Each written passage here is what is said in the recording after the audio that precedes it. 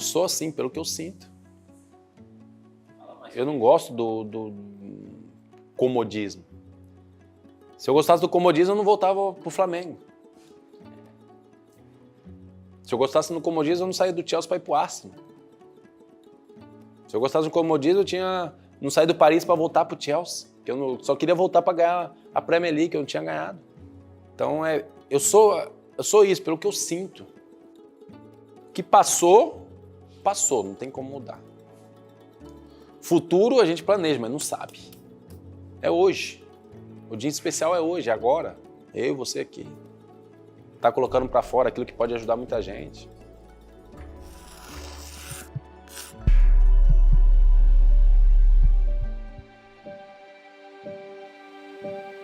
Toda vez que eu penso na infância, me remete muito à dedicação dos meus pais. Hoje o retrato da vida familiar eu mesmo, que graças a Deus tenho os meus pais perto, essa união, a minha irmã, mas o retrato muito da vida financeira lá atrás foi totalmente diferente. E eu não gosto de tocar no ponto que todo mundo toca o jogador, era o pobre ou o rico. Não, e simplesmente conseguir enxergar a dedicação dos meus pais hoje, tendo muito mais maturidade, me traz ainda mais alegria no meu coração e admiração por tudo que eles fizeram. Hoje, sendo pai, sou pai de 2 meninas, sei o quanto é difícil. Então, a dedicação não só para não faltar nada dentro de casa, mas a dedicação na educação, em chegar tarde de casa e mesmo assim dar amor a mim, a minha irmã. Então, a minha infância me traz muito isso, sabe? Quando eles faziam um esforço para me levar num campo de futebol longe de casa, quando se dedicavam para trabalhar horas extras para que eu pudesse disputar algum campeonato que tinha que pagar, algo dessa maneira. E depois todos os momentos que eu falo que o melhor lugar do mundo é no sofá de casa com a tua família. Então, de qualquer pessoa. A pessoa que experimentou isso já, ela sabe do que eu estou falando. Então, hoje a pessoa pode estar em qualquer lugar do mundo, mas o melhor lugar que ela esteve foi no sofá com a família, na simplicidade e rindo de coisas simples, de bobeira e sentindo o amor que ali impera. Eu acho que, sem dúvida nenhuma, hoje, depois de muitos anos de ter uma carreira onde eu passei mais de 15 anos lá fora, inúmeras coisas que eu já vivi na minha vida, não só no futebol. Hoje, cada vez mais, eu tenho mais certeza disso, que o melhor lugar é no sofá de casa com as pessoas que a gente ama. Porque ali não tem vírgula, não tem aspas, não tem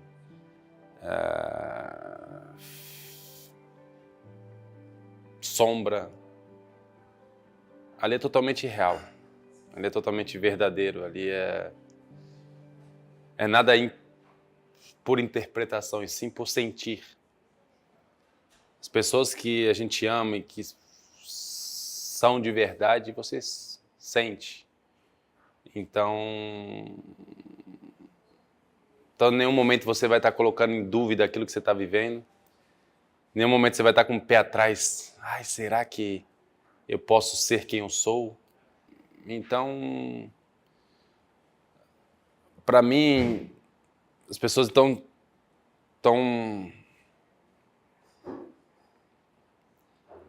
duvidando de que o simples é bom. Elas estão duvidando que o simples é que traz alegria. Estão duvidando que é isso que traz saúde. É isso que traz verdadeiro sentido para a vida.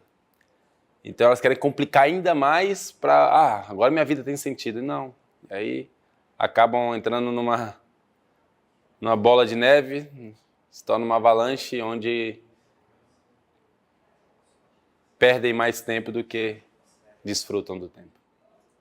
Você sentiu que você ser diferente ou que situações te obrigaram? Como que é isso? Mas o que é ser diferente? Não sei.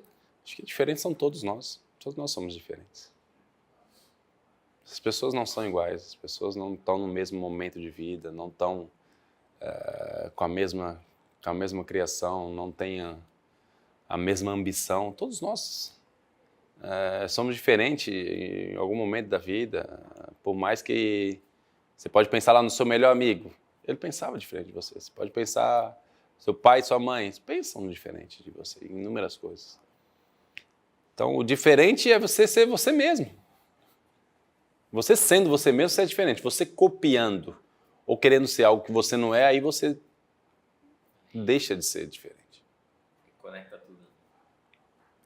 Aí é aquele efeito manada onde as pessoas estão tão sedentas de conseguir enxergar quem são, elas estão tão fragilizadas que pensam que já não tem valor. As pessoas estão tão perdidas que esquecem de olhar lá para o sofazinho e ali é onde eu vou recarregar minhas energias. Que elas começam, então, eu vou ser algo que, aquilo ali está dando certo dessa pessoa, vou tentar ser como ela. E aí é onde eu acho que a pessoa deixa de ser diferente.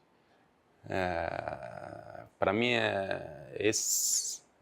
então, em nenhum momento eu tive que, eu quero ser diferente. Todo momento eu quis ser eu, enxergar, entender aquela situação e tentar aprender, tentar crescer, tentar passar por cima das dificuldades e crescer e viver. Aquilo que eu falei é viver. A gente deixa muitas vezes de viver. Esse é o ponto que hoje numa sociedade totalmente acelerada, depressiva, ansiosa, onde 24 horas se tornou pouco, bom dia, a gente está deixando de viver. A gente está trabalhando, em vez de 8, está trabalhando 15. Em casa a refeição é trabalhando com o telefone e não olhando na cara de quem está na mesa, nem sabendo quem está. E assim vai, é o banho cronometrado, e você vai acelerando, acelerando, acelerando, até que você não consegue olhar para a paisagem. Está tão rápido o teu carro que você nem consegue olhar onde você está passando.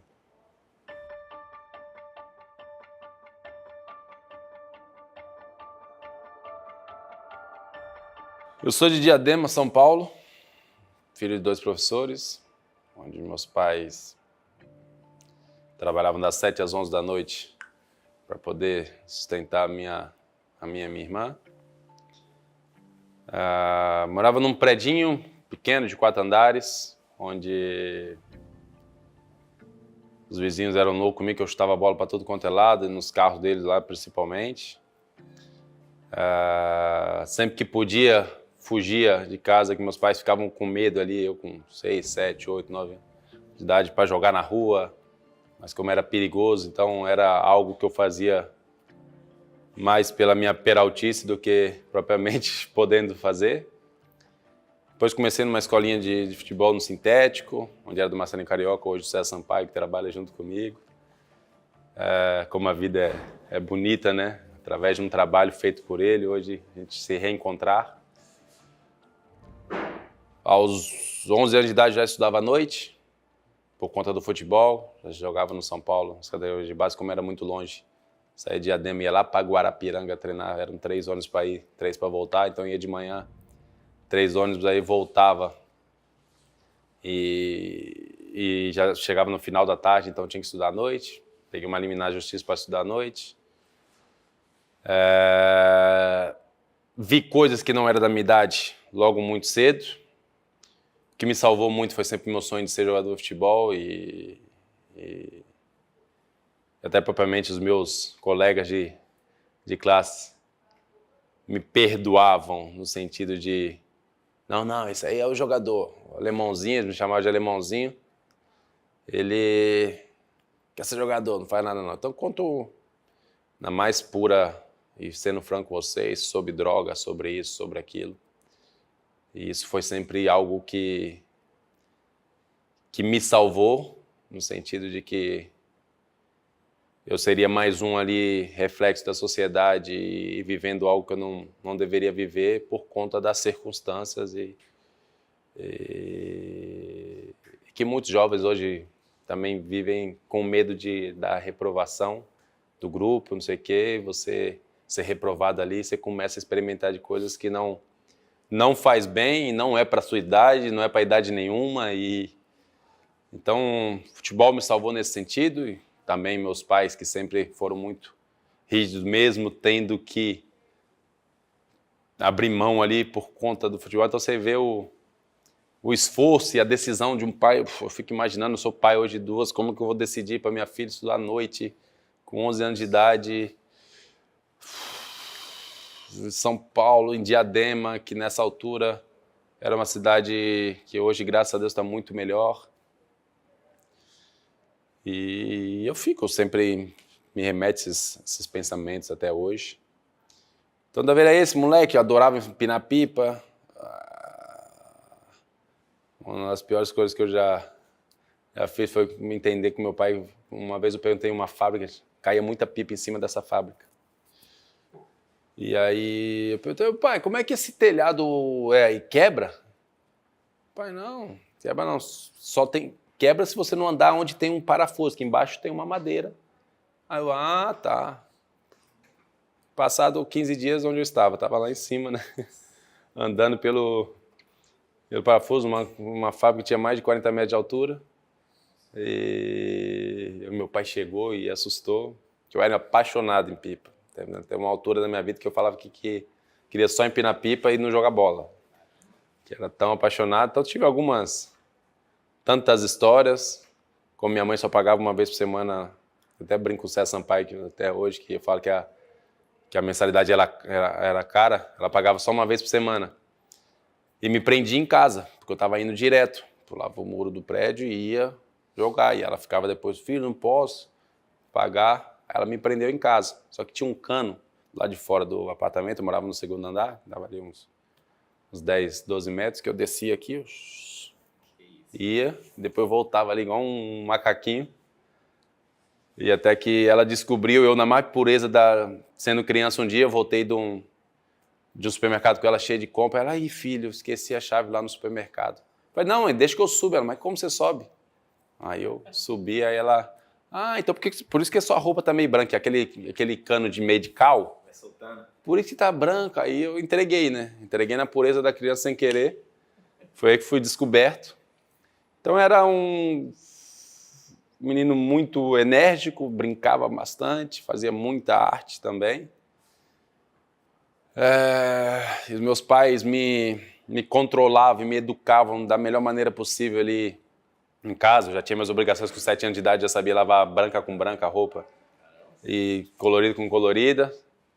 Só que minha mãe ficava louca que eu gastava o amaciante todo, que eu deixava minha roupa mais cheirosa de todo mundo, então ela deixava só um copinho pequeno de amaciante. Então foram inúmeras as situações. E meu pai me batia com as palavras. Meu pai chegava no final de semana, tinha um jornal que eu não lembro o nome, depois eu posso até...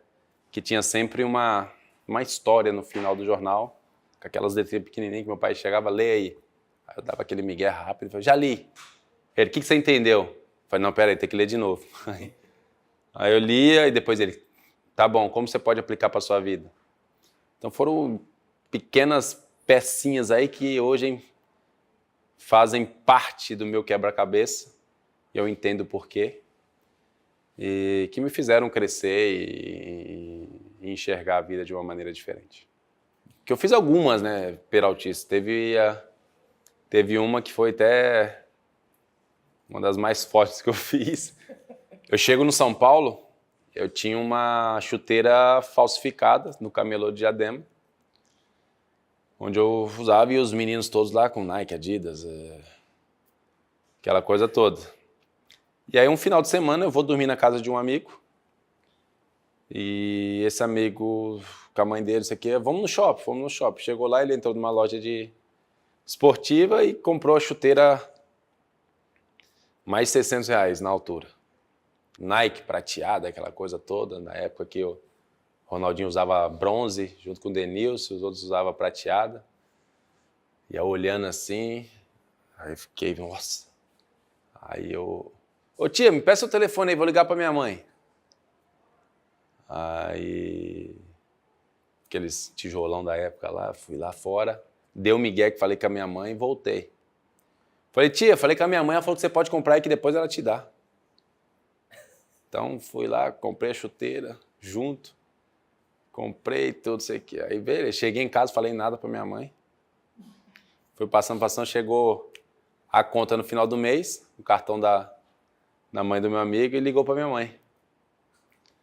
Eu falei, aqui, tô falando que chegou a fatura da chuteira. Ela, minha mãe, chuteira? É. O quê? Aí minha mãe, não, tudo bem, vou dar um jeito. Na altura, minha mãe ganhava um salário mínimo, que não era nem isso. Teve que dar um jeito para pagar as horas, tomei a surra, mas fiquei com a chuteira. Então, e pior, depois de 1 mês e meio a chuteira abriu. Aí levei no sapateiro, costuramos, não sei o quê, aí foi levando, e foi dessa maneira que eu tive minha primeira chuteira Nike, depois, como a vida é, né?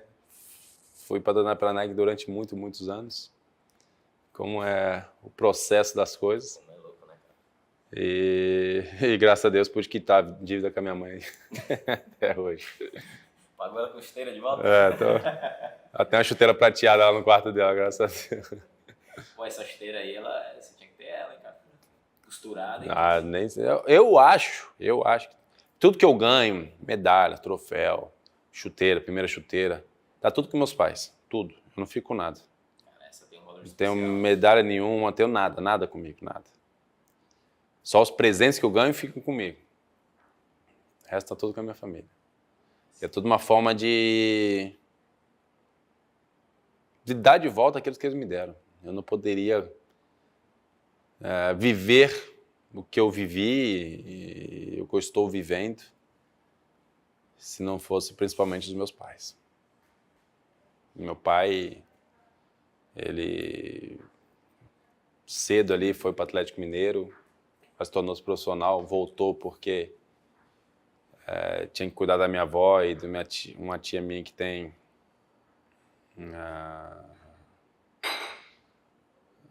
que é especial. Então, mas foi sempre algo que eu vi ele jogando. A minha mãe adorava jogar futebol, gostava. Então era algo da família. Eu cresci já fazendo aquilo tudo. Eu, quando pequeno, fazia futebol e judô.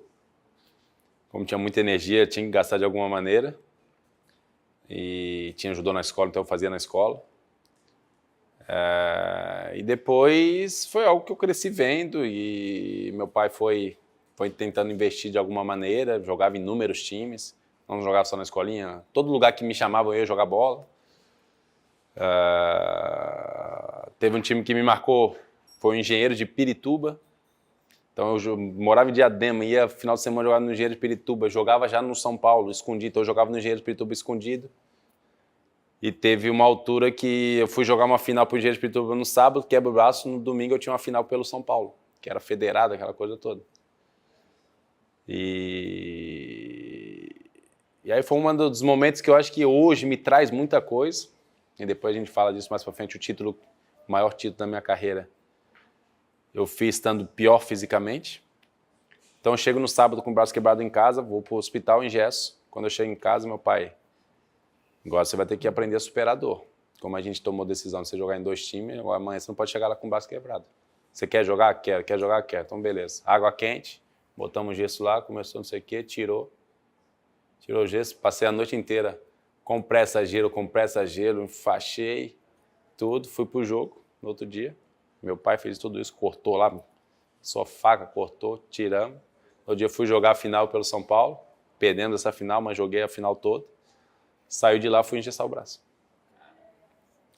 Então, e eu lembro perfeitamente, eu tenho um flash dentro do jogo. Eu lembro que num jogo assim, eu dou uma trombada, bate, me dói. Tem um flash que a gente perdeu o jogo, saiu triste. E lembro saindo do estádio, com a roupinha do São Paulo lá, indo pro hospital para botar o gesso. De novo. Eu tinha aí para ir, essa idade aí, 10, entre 10 e 12 aí, por aí. Então é algo que me marcou em termos de superação, em termos de disciplina, em termos de aceitar o seu erro, então não passar para ninguém, não delegar para ninguém, você que errou. Porque meu pai sempre foi muito claro comigo. Você quer jogar no jogo, não quer sair do time, não quer ficar aquela coisa, então tá bom. Mas se um dia tiver algo, você tem que optar pelos dois, aí eu vou optar por esse. Mas se um dia acontecer algo, e aconteceu, o que você vai fazer? Então eu lembro da conversa com meu pai, fez isso, mas a gente tem uma obrigação lá. Muita gente pode ver isso como irresponsabilidade? Pode, mas foi algo que me deu inúmeras raízes para colher os frutos depois, como eu me tornei jogador de futebol. Porque hoje, você tornar um atleta de alto nível, você perguntar para qualquer um, tem dor? Se fala que não tem, o cara é mentiroso. Então a gente começa a conviver com a dor, uma frase que eu sempre falei é que nenhuma dor é maior que um sonho. Eu acho que esse dia do braço fez com que eu jogasse a final que eu joguei em 2012 da Champions League, com uma ruptura na posterior da coxa, no bíceps femoral de 7 centímetros. Então, eu não joguei aquele dia por conta daquele dia. Eu joguei por conta daquilo que eu cresci, me deram raízes e eu pude colher o fruto aqui na frente e acreditar que era possível. Porque no sábado daquela noite eu achei que não era possível quando meu pai estava tirando o gesso. No domingo de manhã eu vi que era possível. Independente de resultado, ganhar ou perder, não. Eu ganhei algo aqui, aquela final eu perdi em termos de resultado, mas ganhei algo aqui que eu colhi lá na frente depois.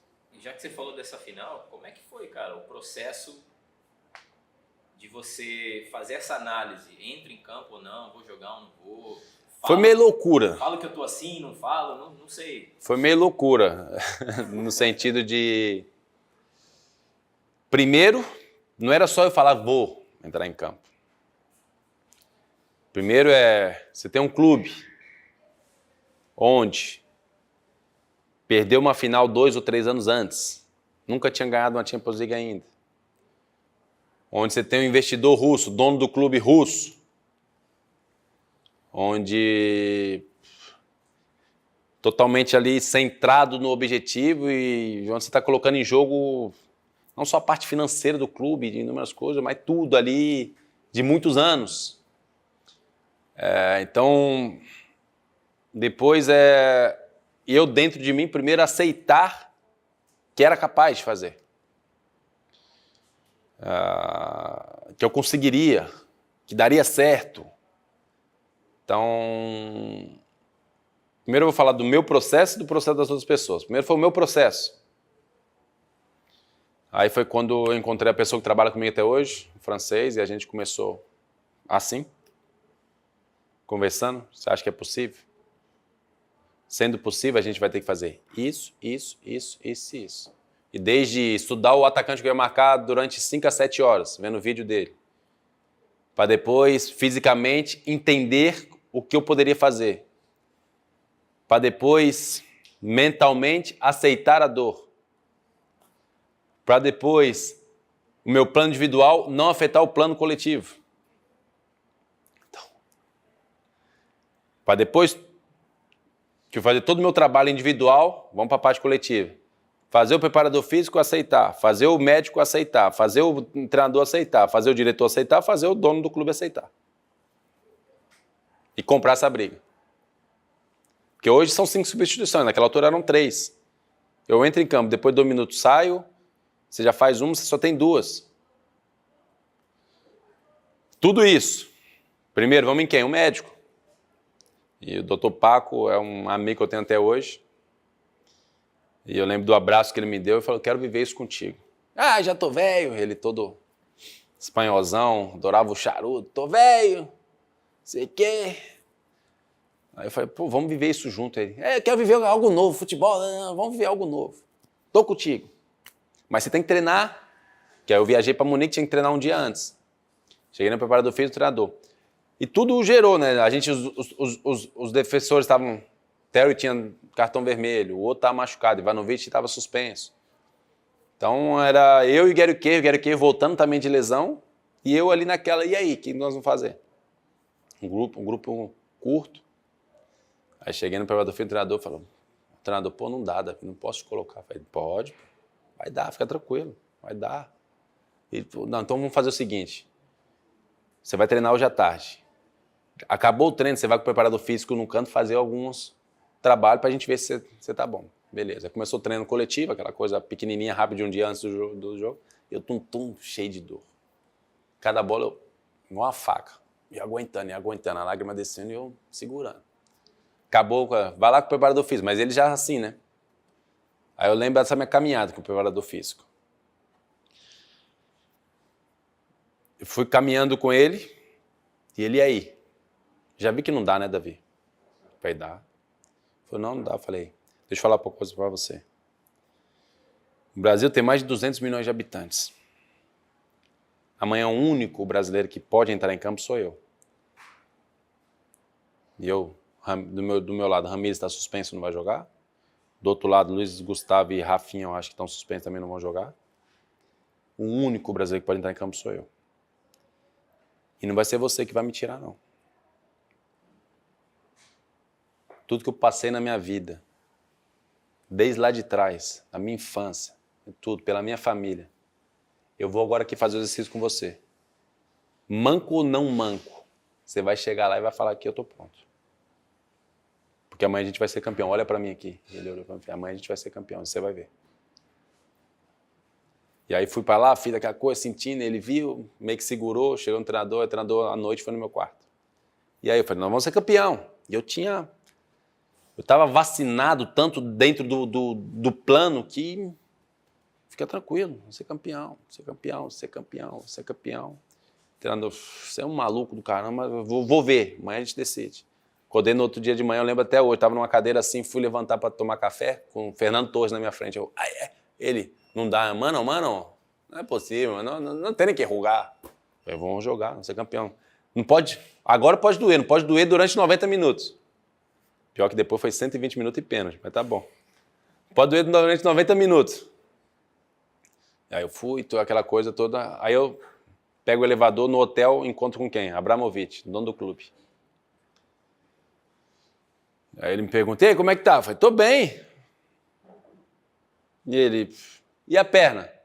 Eu falei, tranquilo, hoje eu vou jogar com isso aqui, Hoje não precisa da perna, não. Ele, não, you're so crazy, go there. Já mandou eu sair do elevador, você tá maluco demais. Eu falei, tá bom. Beleza, resumindo, não sei o que eles conversaram entre eles, bota esse maluco em campo. Vamos fazer o quê?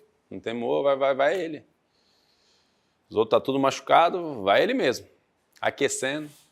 Eu lembro aquecendo que o Frank Lampard, ele toca uma bola mais do lado assim, eu vou esticar. Ai. Falei, não quero saber não, mano. Naquela altura, novo, falei, só quero saber de estar em campo. Depois se entrar em campo e arrebentar minha perna, não tô nem aí. E aí foi, aí começou o jogo. Aí jogava uma bola no fundo, eu corria para dentro da área, tudo cortando caminho, aquela coisa toda. O nosso plano coletivo era bom, que era um bloco baixo, fechadinho, então não tinha muita transição, não tinha coisa. O Munique é um time incrível, massacrando a gente, então a gente jogou ali dentro da área e Deus quis que fosse dessa maneira. Aí a gente vai para a prorrogação. Drogba faz pênalti na prorrogação, Robin perde o pênalti, vamos para os pênaltis. Aí, e eu num jogo mental, eu lembro que eu ficava enchendo o saco do Mário Gomes, do Schweinsteiger, ficava falando, vocês podem jogar o que for, vocês são um fenômeno, bom pra caramba, mas nós que vamos ganhar, a gente que vai ganhar, ficava nessa... Depois você pode até pegar umas imagens, eu lembro, aí vai pros pênaltis, aí o Felipe Lam faz o gol, o Mata erra, aí o Mário Gomes faz o gol, aí na vinda, é ele que tá vindo e eu que tô indo. Eu enchi tanto do saco dele que na hora que ele passa a mim, ele falou, quero ver agora, vai lá. Então tá 2-0 para eles quando eu vou bater o pênalti. Então você bate ali, erra, os caras vai e faz o terceiro, é praticamente que tá. E aí eu faço o gol de pênalti, bati pênalti, faço o gol de pênalti, e acontece aquela coisa toda, os caras pedem os 2 últimos pênaltis, e Drogba fica para ele, que fez pênalti de jogo, que era para ser o vilão como herói, e foi algo que eu vivi de uma forma muito especial, não só para ganhar, talvez um dos maiores títulos da minha carreira, mas da forma que foi. Então essa por detrás aí dos bastidores que quase ninguém sabe, foi algo muito especial na minha vida, entendeu? Foi algo muito que hoje eu consigo entender que foi plantado lá atrás. São Paulo fica ali alguns anos, depois sou mandado embora por conta do meu tamanho. Falaram que eu não ia crescer. E foi um baque na minha vida. Eu lembro que eu não queria sair de dentro do Morumbi. Que a gente ia sempre pro Morumbi, trocava ali, depois ia pro Guarapiranga, onde a gente treinava. E foi um baque. Foi, eu acho, talvez uma primeira decepção grande ali na minha carreira. Foi uma troca de gestão. Não julgo de forma alguma, hoje entendo perfeitamente o porquê, então, se eu troco a gestão, vamos ter que fazer uma limpa, aí para um menino, vamos arrumar alguma desculpa, e falar, na altura é porque você não ia crescer. E tudo bem, eu saio dali, tem aquele baque, aí eu quebro o pé pela primeira vez, aí estou estudando à noite, aquela coisa toda, volto a me recuperar do pé, e surge uma oportunidade de ir para o América Mineiro. Aí eu vou para o América Mineiro. Infelizmente, naquela altura não estava tão bem estruturado e foi um dos lugares que posso usar que é forte, as pessoas se acham que ficam tocadas, mas foi um lugar que eu passei dificuldades. Fome eu não gosto de dizer, porque fome é quem está 3, 4 dias sem comer, mas... onde tinha 150 meninos, de manhã tinha 40 pães. Onde no almoço era uma caneca de feijão batido. À noite também, a gente saía no meio da mata lá, com uns facão que a gente arrumava lá para pegar fruta nas fazendas alheias lá, para guardar. Lembro do abacate, a gente botava no jornal. E foi um choque de realidade para mim, porque no São Paulo a gente tinha tudo. São Paulo, com 10 anos, eu já tinha ajuda de custo que eu pegava, era R$50 ali, os passes, que era passe do ônibus, que eu passava por baixo e depois ia vender o passe lá na Sé para dar o resto para minha mãe. E aí eu fui para lá, foi um choque de realidade. Então eu fico ali 2 a 3 meses, aí chega uma altura que eu falei pro rapaz do clube, me ajuda a voltar para São Paulo que eu vou pegar nos meus documentos, depois eu volto aí. Aí eu nunca mais voltei. Deu Miguel, né? Eu nunca mais voltei, não falava nada para minha mãe, falava que estava tudo bem, não sabia de nada. Essa altura aí é quando a gente falava uma vez no orelhão, ou você arrumava um cartãozinho, passava ele no chão para ganhar mais unidade, segurando o 0 e o 9, ou era panã, panã, panã. Só que ainda na nossa altura sabe de chamada, cobrar, para aceitar. Hoje em dia o pessoal não sabe, nem sei se existe mais isso, né, no orelhão. E aí falava uma vez por semana com eles, e depois surgiu a oportunidade, através de um amigo meu, que sonhava também jogar futebol, tinha ido pro Vitória, falou de mim lá e eu fui pro Vitória. E aí onde tudo aconteceu, acabei ficando no Vitória, e meu amigo acabou indo embora, e aí eu fiquei lá e me tornei profissional no Vitória. E assim, depois de alguns anos, num campeonato onde eu ia ser mandado embora, estava no banco, era meio campo, jogava de meia esquerda.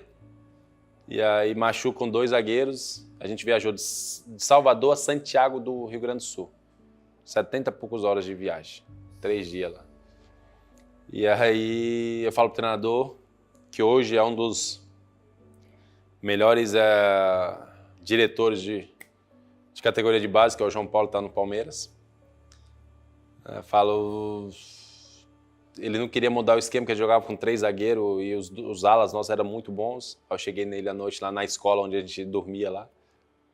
Falei, agora você tem um zagueiro. Falei, ele tá maluco? Você nunca jogou de zagueiro? Eu falei, não, me coloca aí que vai dar certo. Coloca um jogo só. Como eu tava no banco, queria jogar. E aí eu acabo esse campeonato, jogo esse jogo, vou bem, ele continua, acaba esse campeonato como um melhor zagueiro do campeonato. E aí volto para Salvador, começo a treinar de zagueiro, depois de um ano estava no profissional. Então foi tudo muito rápido. E aí depois de um ano no profissional, eu fui embora para a Europa. Aí tá, me torno profissional, tornei profissional no Vitória. Primeiro a gente tem ali uma separação de 5 atletas. como a gente era primeiro ano de júnior ali, para fazer um trabalho específico, chegou um fisiologista lá no clube e queria pegar 5 atletas para fazer um trabalho experimental. Então a gente até brincava, vamos ser os ratinhos aí, os cobaia. Tanto que esses ratinhos todos viraram profissional depois. Eu, o Wallace, que jogou até no Flamengo, Anderson Martins, jogou no Vasco, Corinthians, São Paulo. Marcelo Moreno Martins, boliviano, chegou no mesmo dia que eu no Vitória. E o Neto, que depois jogou também no Vitória. Aí depois, mais pra frente, foi até o Wellington, mas ele não precisava tanto, porque ele já era forte, também se tornou. Foi a categoria de 87, que depois todos viraram profissional. Então a gente tem essa ali, só profissional porque cai pra 3ª divisão, Vitória não tinha dinheiro, bota os meninos da base, aquela coisa toda. Tivemos a oportunidade. Aí joga a 3ª divisão, a gente sobe pra 2ª divisão e aí eu sou vendido ali pro Benfica. O Benfica, como eu sou vendido pro Benfica? Na altura, o Benfica tinha uma dívida com o meu empresário. E vou voltar um pouquinho. Eu cheguei no profissional Vitória sem empresário nenhum. Vários empresários vinham para mim. Aí, Davi, vamos assinar. Eu falei assim, dá casa para minha mãe. Meus pais moravam de aluguel. Aí os caras sumiam. Vai dar casa para minha mãe. Ninguém dava casa para minha mãe. Aí o meu empresário de hoje, que até hoje estou com o mesmo empresário, manda o que fazia DVD, que se chama Júlio, que hoje é meu braço direito, que fazia DVD na empresa. Vai procurar um jogador aí. Ele tinha me visto jogar na Sub-17 da seleção. Ele falou, pô, esse magrinho, russinho aí é bom. Foi me procurar lá em Salvador. Ele chega em Salvador, ele que é 4 anos mais velho que eu, então chega moleque, eu com 18, ele com 22, chega em Salvador para conversar comigo. Queria conversar com ele, não sei o que, com você, tal, eu estou aqui representando tal. E é porque Deus quis. Tocou meu coração e eu comecei a ouvi-lo. Falei, mas tem que dar casa para mim. Não, vamos arrumar. Você vai ver, aquela coisa toda. Passa o dia com ele e fala, quer assinar com a gente? Vou assinar. Aí acaba assinando com ele. Mas onde tem que assinar? Nessa altura, pessoal, para trollar ele da empresa, mandaram mais de 50 páginas. Tem que ir num cartório, vai procurar um cartório. A gente foi num cartório do Pelourinho, Salvador da Bahia. Eu e ele, um de 18, outro de 22 anos de idade. Ele, um galegão, filho de polaco, sabendo nada de Salvador, aquela cara de bobo, usou ele. A gente chega lá no cartório do Pelourinho, papel para tudo quanto é lá, você imaginar. Ali, marido e mulher brigando, quer o quê? Eu quero isso, aquela coisa toda. Eu falei, meu Deus, mano, então, onde a gente tá? Aquela coisa toda, uma brigaiada. Né? Vai passar na minha frente não, viu? Galego. Já, o pessoal já arrumando confusão com a gente dentro do lugar. Não, calma aí, aquela coisa toda. Ele arrumou um cara lá, falou com o cara, falou futebol, assinei. Assinei, reconheceu firma, aquela coisa toda. Assinei com ele, fiquei lá 40 páginas, só precisava de uma. Os caras zoando ele, 40, eu e ele. Assinei com ele, não sei porquê. Pum, beleza. Aí falou, daqui entre 3 a 6 meses vou te trazer algo. Tudo bem. Disputando a 3ª divisão ainda, não sei o que. Aí lembro, na altura chegou o Real Madrid B, acabou que não deu certo. Aí chega o Anderlecht da Bélgica. Eu praticamente vendido. O pessoal viaja para ver um dos últimos jogos da 3ª divisão, a gente já tinha subido. Então, uma semana antes, a gente subiu. Então, não precisava, estava só disputando o título com o Criciúma. E a gente já tinha subido, então tinha largado, só moleque no time, e festa, e comemorando, nem treinando a gente estava direito. Aí viaja para Criciúma. Só que quem viaja para Criciúma? O pessoal do Anderlecht, da Bélgica. Viaja presidente, diretor, treinador, 5 caras, a viagem dos caras. Bélgica, São Paulo, Floripa, ônibus até Criciúma, tudo chovendo. Imagina a viagem dos caras, os caras já devem ter ficado felizinho, né? Irritado. Aí chega os caras em Criciúma, aí o Júlio junto com eles, grandão, pô, vendi meu zagueiro, os caras vão ver ali, só vai bater o carimbo. Começa o jogo em Criciúma. 1 minuto de jogo, 1-0 Criciúma. 5 minutos de jogo, 2-0 Criciúma. 10 minutos de jogo, não lembro, falta na boca da área. O goleiro sai de lá e mete a bola na gaveta. 3-0, gol de goleiro. Aí o nosso 10, nosso time que jogava muito, expulso. Resumindo, aquela chuva, aquela coisa toda. Acabou o jogo 6-0 Criciúma. Quando deu uns 70 minutos ali, os caras já chegaram nele e falaram assim: obrigado, depois a gente liga pra você. Negócio cancelado. Então os caras saem de Criciúma pra Floripa. Imagina a raiva dos caras. O que a gente veio fazer aqui? Onde os caras trouxeram a gente? Beleza. Negócio cancelado, aquela coisa toda. Aí no outro dia o treinador reúne todo mundo no campo, fala: trem só passa uma vez, tá vendo aí? Esse comprometimento de vocês fez ele perder a oportunidade de encher esse estádio aqui de dólar, agora vai ficar aí, terceira divisão, culpa de você. Me botou aquele terror, falei: meu Deus, o trem só passa uma vez, aquela história de trem só passa uma vez, trem só passa uma vez. Tudo aqueles ex lá que falam assim: pô, eu tive oportunidade, mas não fui, meu joelho, aquela coisa toda, né? Falei: já era. Beleza, aí eu ligo pro Júlio, né, que era novo na empresa, o que fazia DVD, eu vou te matar, você tá mentindo, aquela coisa toda. Aí fico sem falar com ele. Ali de, acho que era novembro, quando estava acabando a terceira divisão. Aí começa o janeiro, volta a treinar, preparação pro Baiano, eu com pubalgia. Quase não andava direito, mas fazendo ali no Baiano. No dia 29 de janeiro, ele me liga. Tá com o seu passaporte aí? Foi passaporte? Nem usava passaporte direito. Ah, deve estar lá na secretaria do Vitória. Tô. Tá com o seu passaporte aí? Tô. Eu vou viajar para ir de São Paulo, vou sair agora de São Paulo, vou ir para Salvador te encontrar. À noite a gente vai viajar para Portugal. Amanhã você vai fazer o exame, no dia 30 você vai fazer o exame, tudo der certo, no dia 31 você vai assinar com o time. Falei: tá bom, vem aí, nem falava com ele direito. Vem aí. Beleza. Falou: tô viajando agora de manhã, vou chegar aí umas 4h pouco da tarde, você encontra comigo no aeroporto, às 7 tem um voo saindo de Salvador, Portugal. Combinado. Ele viaja. Aí quando eu vou procurar na secretaria, cadê passaporte? Não usava passaporte? Não usava nem camisa em Salvador, ia usar passaporte. Vai pra lá, vai pra cá, vai pra lá, vem pra cá. Cadê passaporte? Não acho. Ligo pros meus pais que estavam em São Paulo, trabalhavam lá em Diadema, ligo pro meu pai. Pai, sabe onde tem um passaporte? Eu não sei, tem que ver em casa. Meu pai deixa o serviço, vai em casa. Chega em casa, ele procura, não acha. Meu pai joga a estante da sala, puxa, pra cima. Sabe quando o fundo estoura? Sim. O passaporte estava lá no cantinho. A sala era tão grande, né, desse tamanho, que ele não tinha como entrar, ele jogou, achou o passaporte. Aí ele liga, o passaporte é São Paulo. O Júlio no meio do voo, vindo de São Paulo.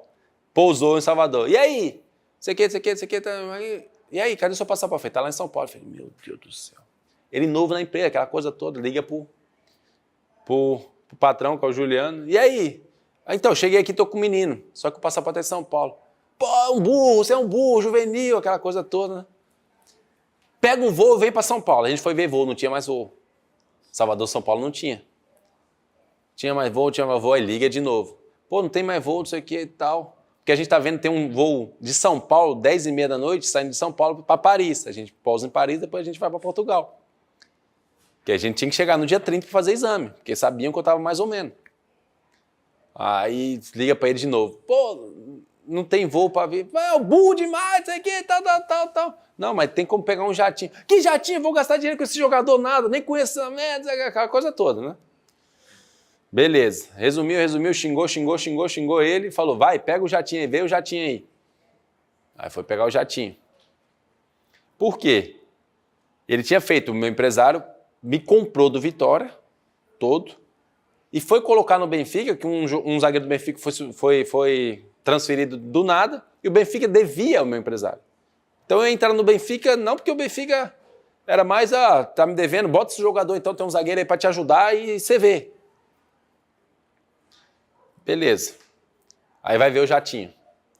Aí foi ver jatinho, não tem jatinho nenhum disponível. Qual o jatinho que tinha disponível? Em Salvador. Quem tem jatinho em Salvador? Pensa aí. Músico.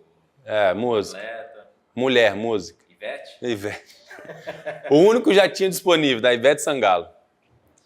Aí ligou, o único jatinho disponível, da Ivete, tá maluco, isso aqui, mas fica quieto, conheço ela. Aí meu empresário conheceu, ela falou, beleza. Aí entramos dentro do avião. Não lembro como era o nome do piloto lá dela. Aí entramos dentro do avião, aí falou, vamos ter que sair. Dá 2 horas e pouquinho, era quase 8 horas ali, pra gente chegar lá. Mandaram um motoboy lá em Diadema, pegaram meu passaporte, fizeram todo o trâmite, todo o check-in, eles iam entregar meu passaporte, bilhete, na pista eu ia entrar dentro do avião. Os caras tinham feito o esquema todo. Maravilhoso. Beleza, aí tamo lá. Aí entramos dentro do avião, aí tá assim, vem cá, meu velho, vai pra onde? Vai pra São Paulo, depois vai pra onde? O piloto, numa paz. Não vamos viajar até aqui. Fique tranquilo que eu vou reabastecer a aeronave, depois que eu reabastecer... A gente vai subir, nós vamos chegar. A Ivete nunca perdeu um show. Aí eu juro pra mim baixinho, nunca perdeu um show, mas atrasou sempre. Num show pode atrasar, cara. Falei, ixi, aquela coisa toda foi reabastecer. Beleza. Voamos. Telefone só zzz, e o Júlio atendia xingando aquela coisa toda. Voamos. Pousamos em São Paulo. Isso é filme. A gente desce do avião. Pum, desce do jatinho, pum, pula do jatinho, o Júlio pula com a mala dele bate no chão, abre assim, ó. O Júlio, hoje ele tinha 30 quilos a mais, assim, ele ficava bafado, vermelho. Aí bate, aí o cara vem, entrega pra gente o saquinho, com passaporte, as passagens minha, dele, tudo. Falou, só tem um problema. A gente, qual? O avião que vocês iam pegar é aquele ali. Aponta o avião assim. É igual o filme, sai correndo, agarrar na roda. Que isso, cara. Igual o filme.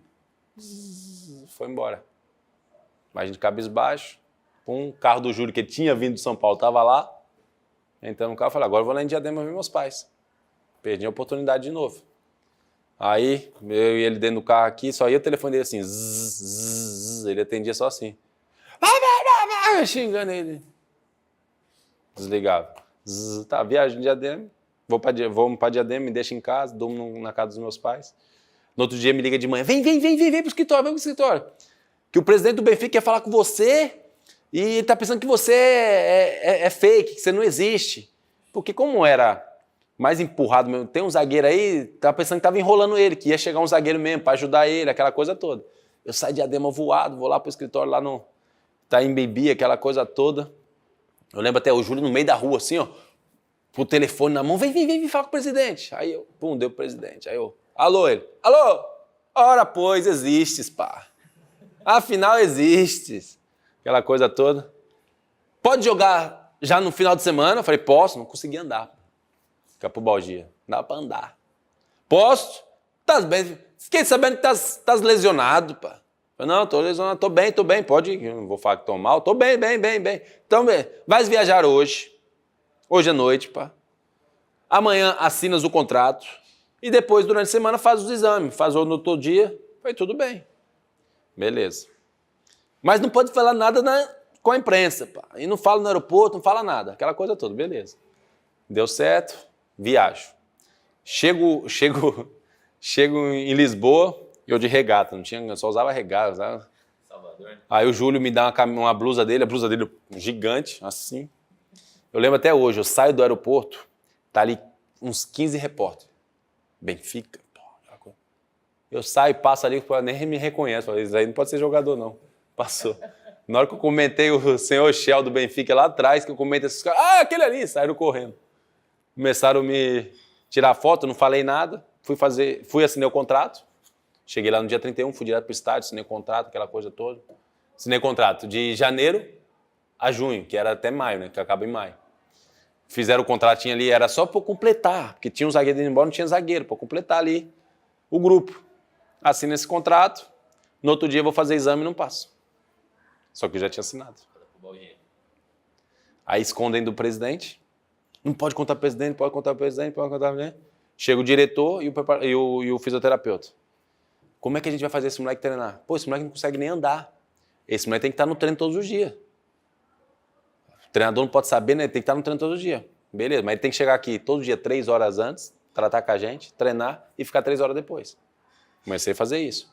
Ia pro treino, dominava a bola, os caras roubavam gol. Ia correr, não aguentava. Aí o treinador Fernando Santos, campeão europeu com Portugal. Fogo! Que jogador é esse, pá? Mano, esse jogador voltar pra Copacabana, pá. É muito ruim. Começava a me xingar dentro do treino e eu não conseguia fazer nada. Foi passando tempo. Fui dando uma melhorada. Final de março, olha, eu já estava ali fevereiro todo. Final de março, o Luizão machuca. E aí vamos jogar contra o último colocado do Campeonato Português. Último colocado do Campeonato Português, Deportivo das Aves na época. Luizão machuca, falei, vou jogar. Pô, liguei pra minha família. Mãe, pai, eu vou jogar, não sei o quê. Vai lá na vizinha lá que tem net. Vai lá que vai dar, que é aquela coisa toda.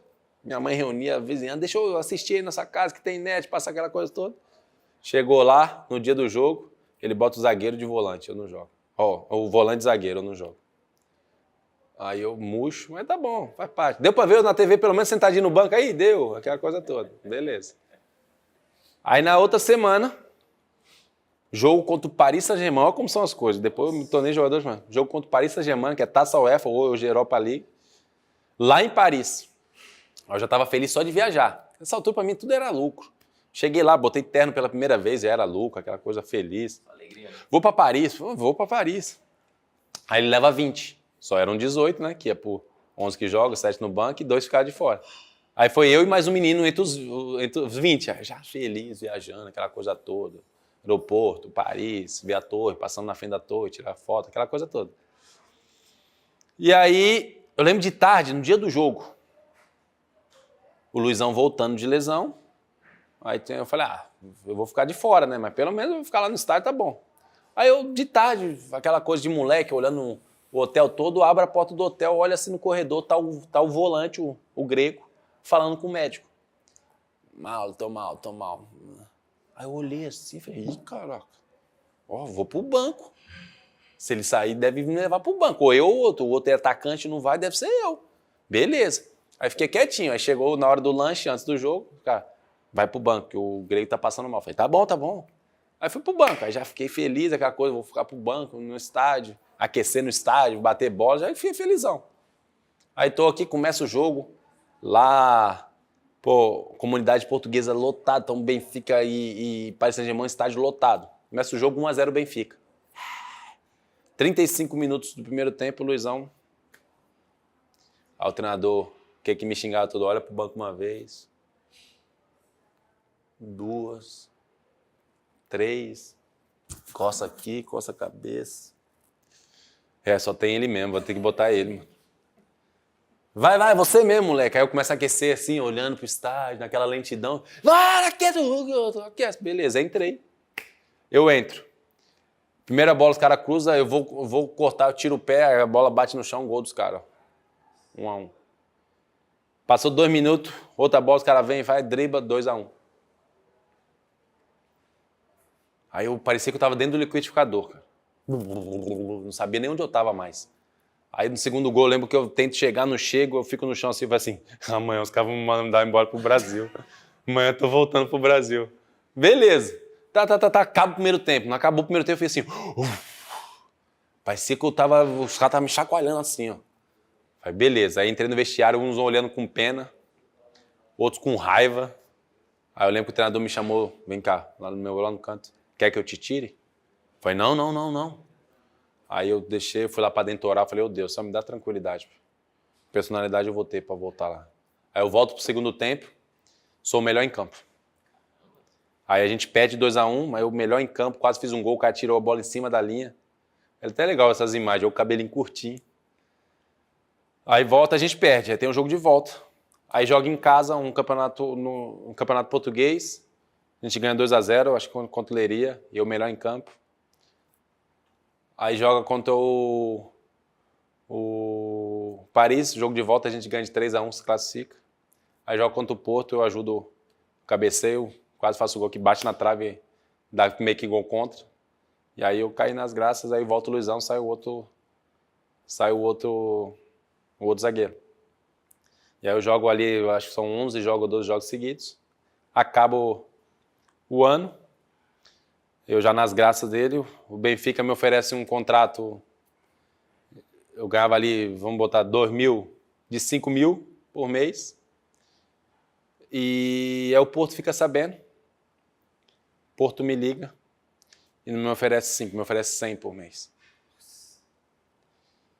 E eu lembro que aquilo foi, e agora? O Benfica, como me assinou lá atrás, não tinha colocado prioridade, nada. Esse moleque vem só para completar.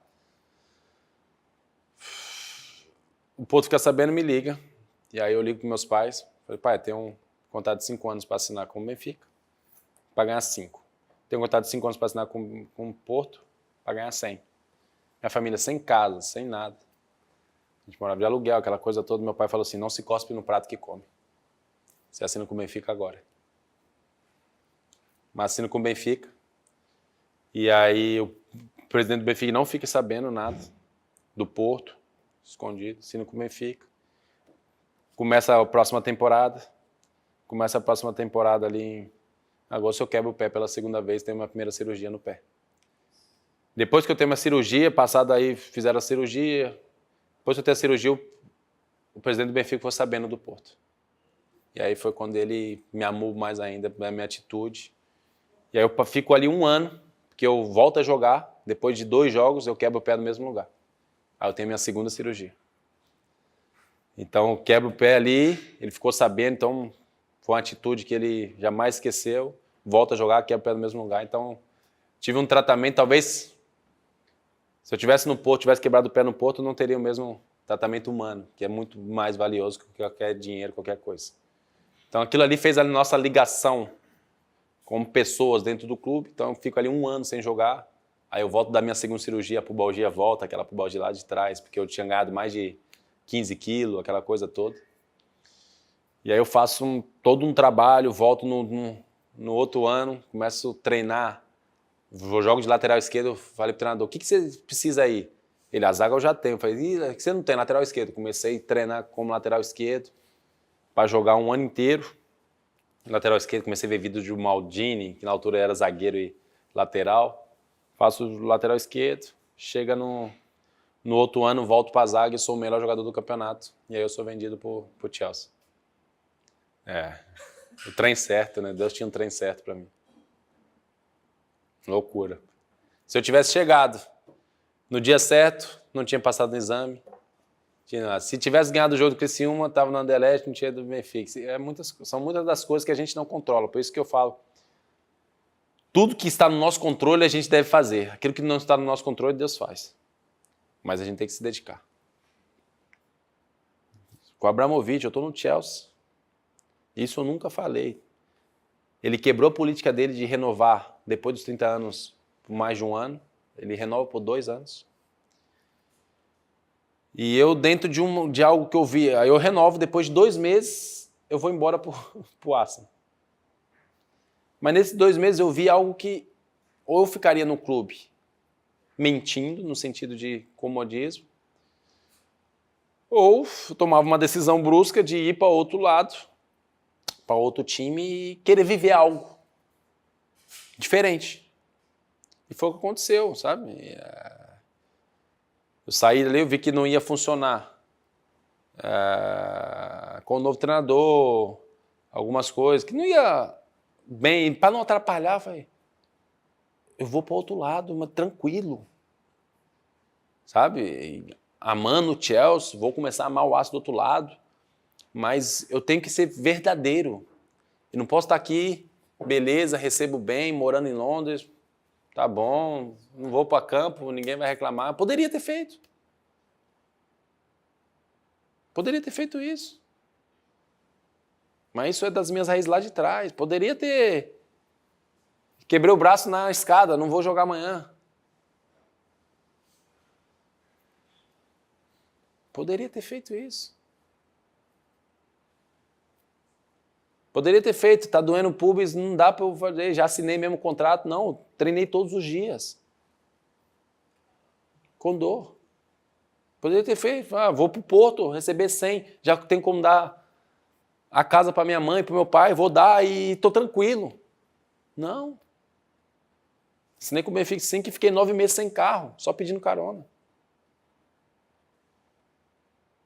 Porque primeiro eu tinha que dar casa para meus pais, depois o primeiro dinheirinho, depois eu tinha que morar no lugar, depois que eu ia comprar um carro.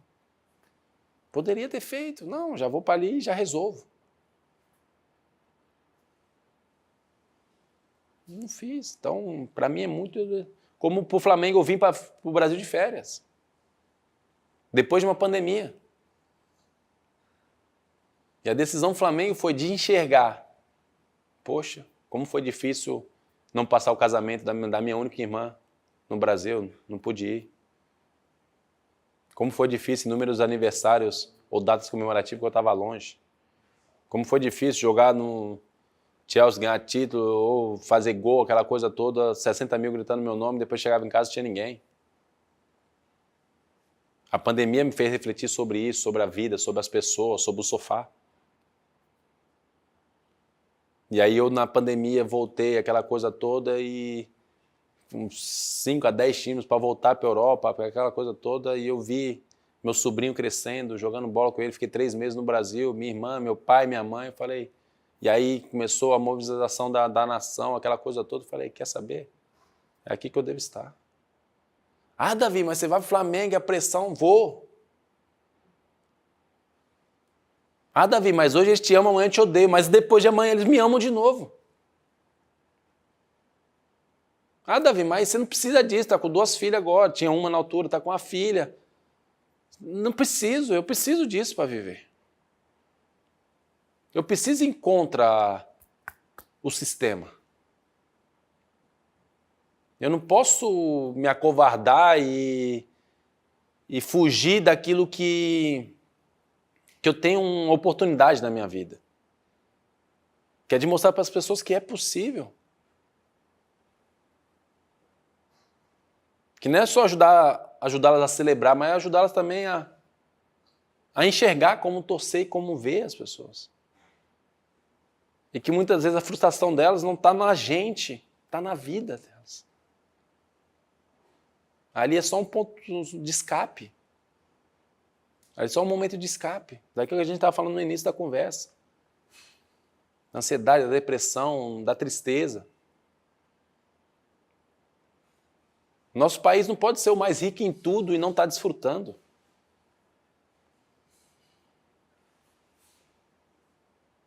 Não pode ter a oportunidade de ser o melhor lugar do mundo e não estar sendo. Mas a gente delega para os outros. Ah, o governo é isso, aquilo, aquilo. E nós. O que estamos fazendo nós? Será que a gente não está sendo conduzido pelo sistema? Será que a gente não está sendo conduzido pelo... Ah, isso já é normal. Ah, isso não tem como mudar. Ah, não, tudo bem. Ah, então é melhor eu pensar na minha família só e... Problemas dos outros. Ah, então é melhor eu pensar nas minhas filhas, pegar minhas filhas e morar numa ilha longe e levar minha família e... Problema. Não. Por mais que esse pensamento possa passar na sua cabeça algumas vezes, não.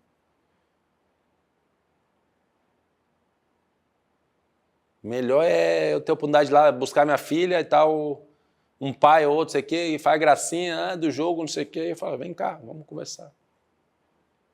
Eu perdi no jogo ontem, você perdeu onde? Ontem na sua vida. Você sabe? E onde você ganhou também ontem? Que talvez o melhor gol que a gente está fazendo é isso aqui agora, a gente está vindo trazer nossas filhas e buscar.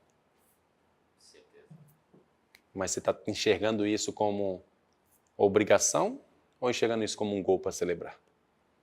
O mais importante do mundo são as pessoas. Tem mais valor. O resto é tudo preço. Casa tem preço, carro tem preço, isso tem preço, preço. Valor são as pessoas. E o que elas fazem. Isso que tem valor. Mas é preciso toda vez recalcular e enxergar que vale a pena. O que é o mais difícil de viver isso?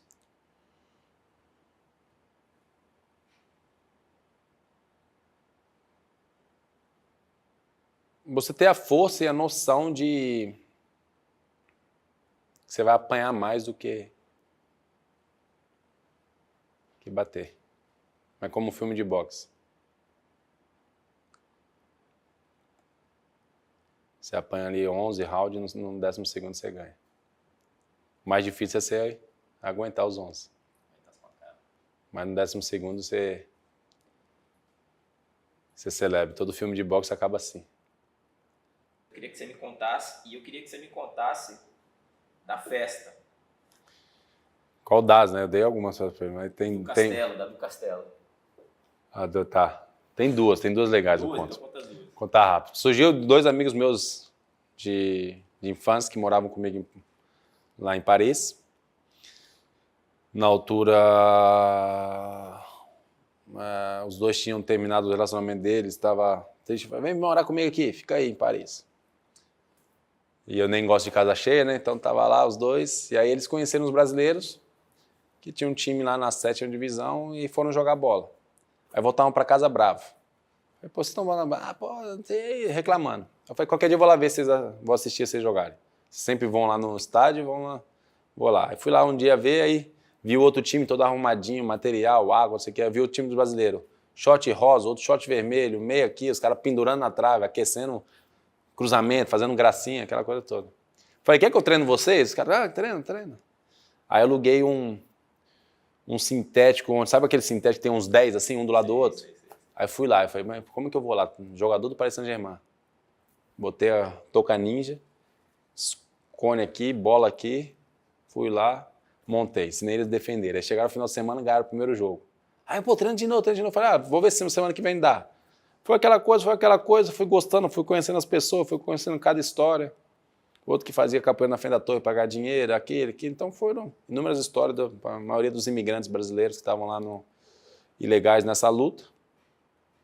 Eu fui gostando deles, vim pro Brasil. Vim pro Brasil, fui falar com a maluca maior, que é minha mãe, mais maluca que eu. Falei, mãe, tem que fazer um material pros meninos lá. Então aí minha mãe, nem exagerada, fez polo de viagem, agasalho, material de treino, material de jogo, tudo PMG, GG, vai, volta. Voltei para Paris com 21 malas, sozinho.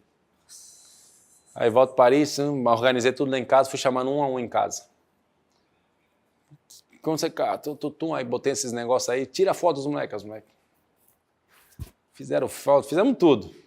Aí comecei a treiná-los uma vez por semana, depois passou para 2, 3, aí eu treinava os meninos na segunda noite, das 10 à meia-noite, era o horário que a gente tinha de quadra. Aí no outro dia, na terça, eu estava jogando Champions League. Uma loucura.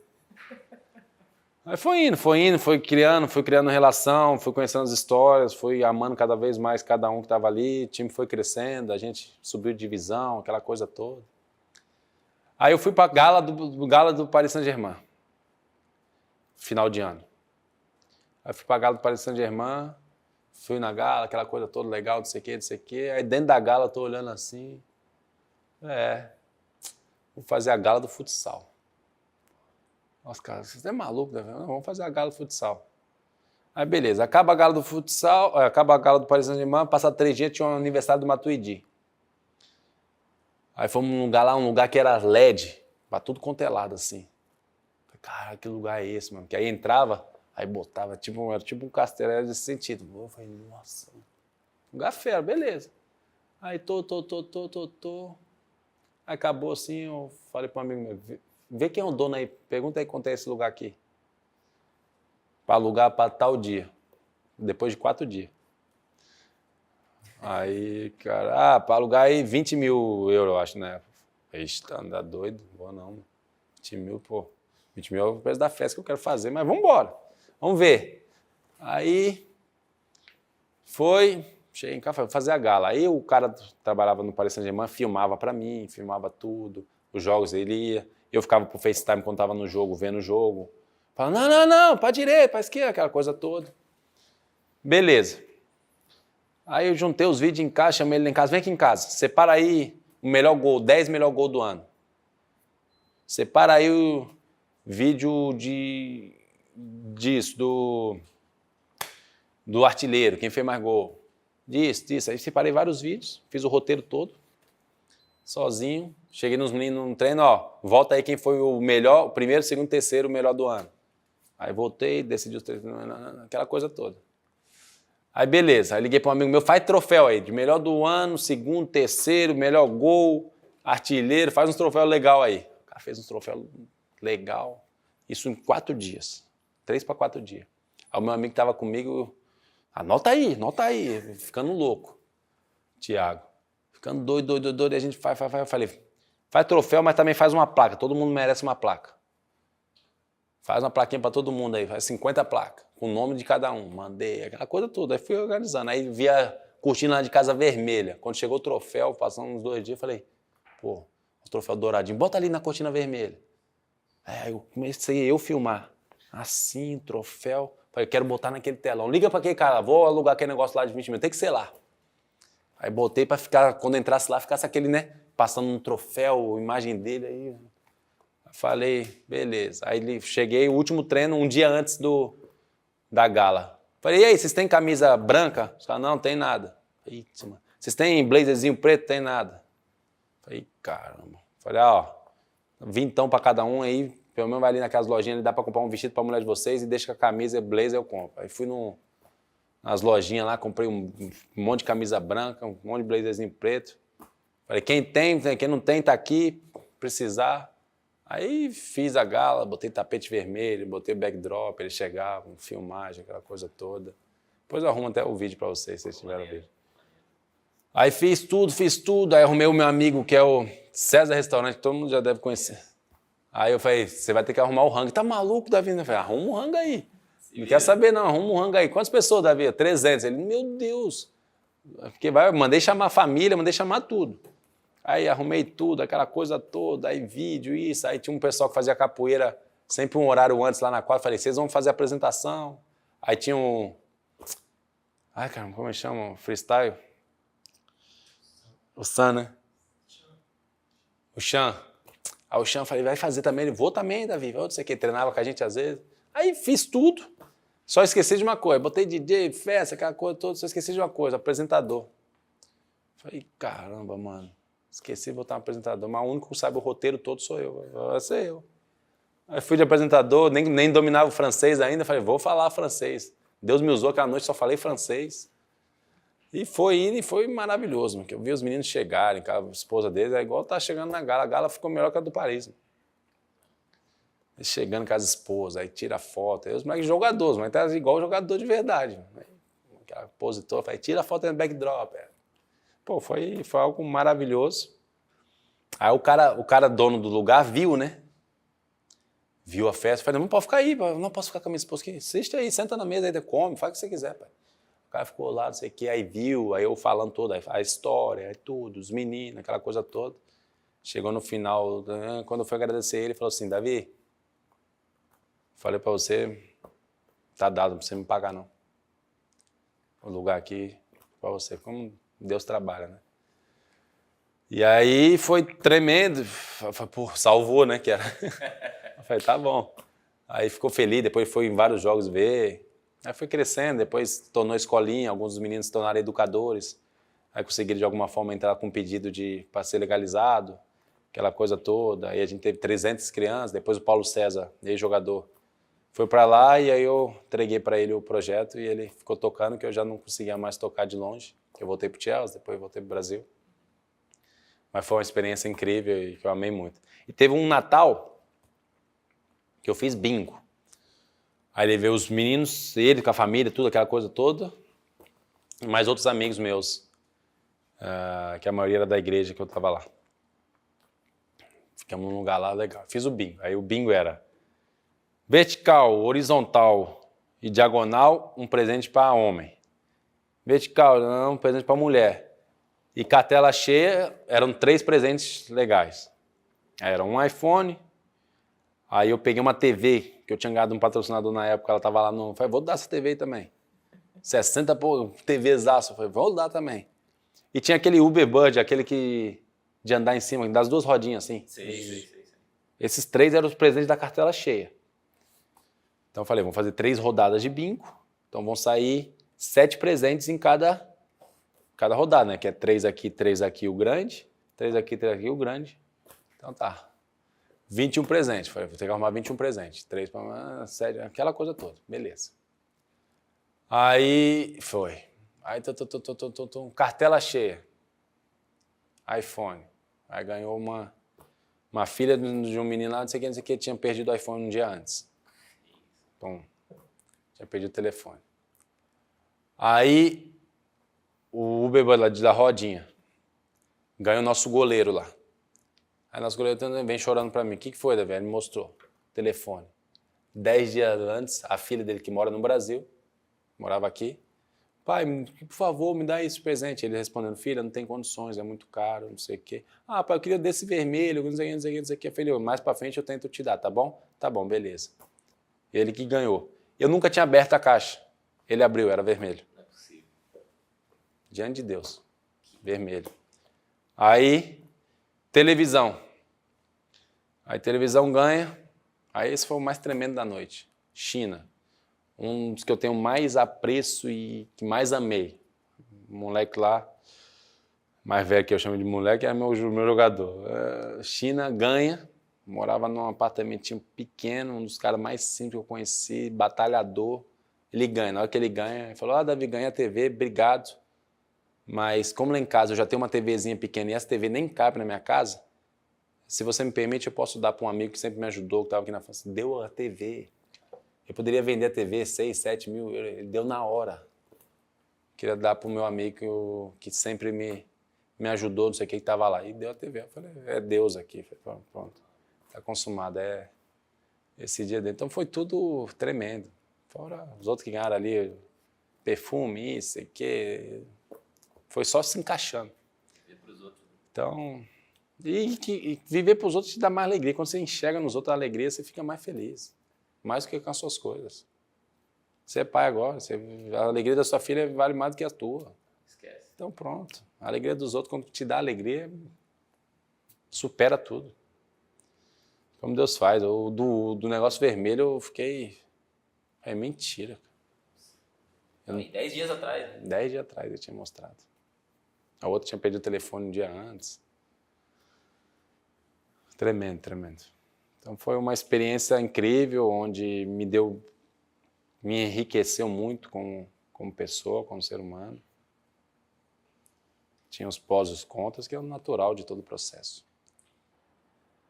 Todo mundo quer ser abraçado. E abraço você não dá sozinho.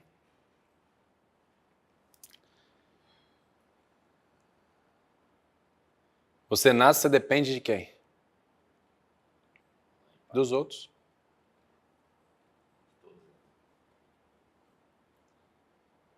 Você depende dos outros para você aprender a caminhar, aprender a comer, tomar banho, para isso aqui. E você morre, aquele que é um processo natural da vida, aquele que consegue chegar às idades mais avançadas, você morre dependendo de quê?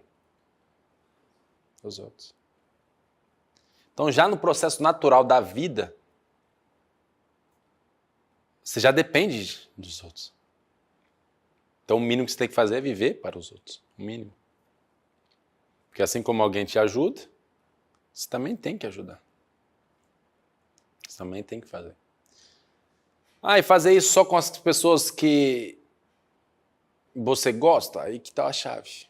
Não. Por quê? Mas por que você gosta das pessoas? Essa é a pergunta que vem antes. E por que você não gosta dessa? Por que eu não gostar de vocês? Porque eu ainda não tive experiências ou conexões. Ou porque, não, porque eu vou gostar do maluco tatuado de bonezinho. Se for falar assim, não gosto, mas não gosto, não sei. E o viver para os outros é dar oportunidade. Porque às vezes ali que estaria atrás ali ninguém sabe, ninguém nem conhece. Porque ninguém conhece? Talvez porque nunca ninguém se interessou ou quis ouvir.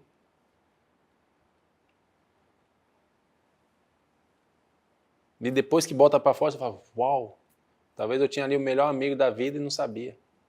Talvez eu tinha ali um cara que também pensa igual, que pode me ajudar a aguentar as pancadas. Talvez ali estavam minhas 2 luvas.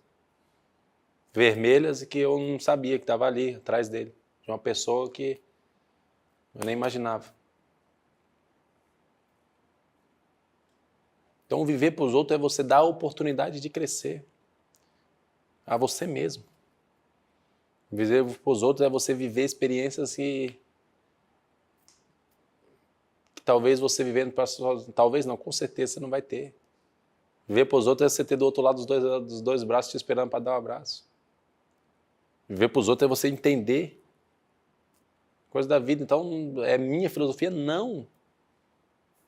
Talvez é o mapa de todos nós. Eu gosto de trazer para a simplicidade as coisas porque fica mais fácil de entender. As preocupações que estão dentro da sua cabeça agora.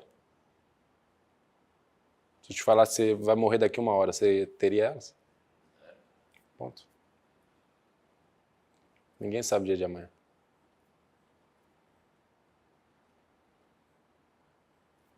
Será que as preocupações elas têm mesmo valor? Elas devem ser mesmo grandes ou não? Isso começa no sofá.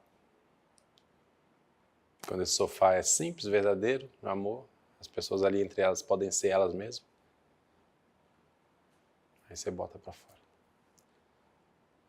E aí sofá vira sala, sala emagrecendo, e você começa a ser sofá fora de casa. Talvez essa conversa possa ajudar mais pais, mais filhas, mais mães, ou o que seja. Ou somente a nós mesmos que estamos vivendo isso aqui hoje.